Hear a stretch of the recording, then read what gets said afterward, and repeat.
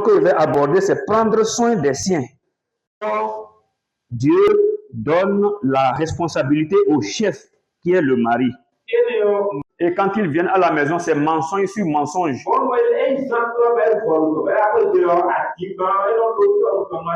Les enfants n'arrivent pas à manger. On ne donne pas l'argent à la femme. Et quand la pauvre femme voit déjà, elle a peur de vous adresser la parole. Si quelqu'un fait ça, il est pire qu'un païen. Donc c'est le devoir de l'homme de prendre soin de ceux que Dieu lui a confiés.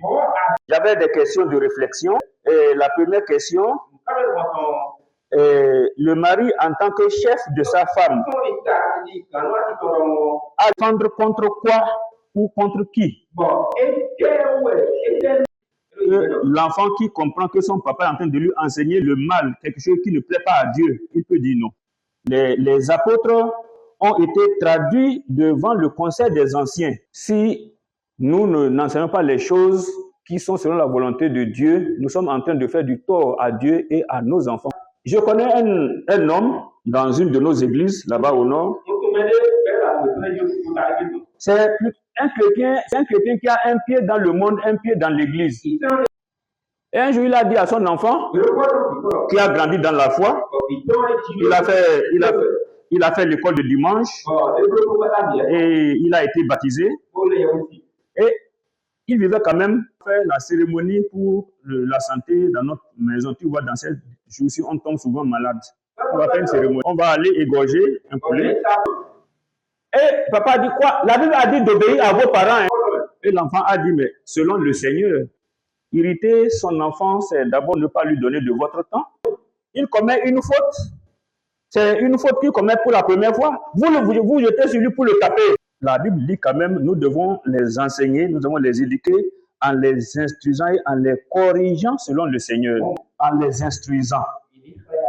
Ça veut dire que nous devons leur enseigner la parole de Dieu. Avec les enfants, l'école de dimanche, c'est bon, mais c'est pas suffisant.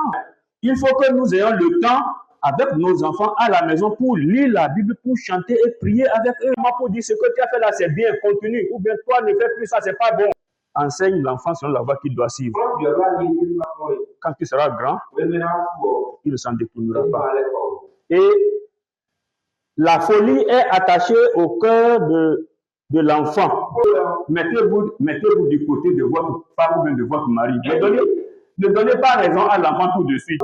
Si vous trouvez que ce n'était pas vraiment la peine que ça aille jusqu'à taper l'enfant, vous pouvez savoir l'appeler à Dieu et le consoler. Quand tu rentres dans tu trouves que ta femme est en train de corriger votre enfant, il faut te mettre du côté de ta femme ou bien de ton mari, si c'est lui qui corrige. Supposons qu'il a cassé même votre portable, il ne savait pas.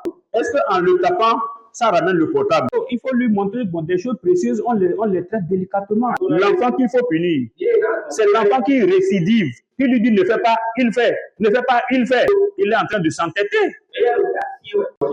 Est-ce une bonne ou une mauvaise chose de punir l'enfant quand c'est nécessaire? Comment pensez-vous punir un enfant sans détruire la relation d'amour qui existe entre vous et lui? Lui parler, qu'il comprenne l'erreur qu'il a faite. Il ne faut pas le punir dans un élan de colère.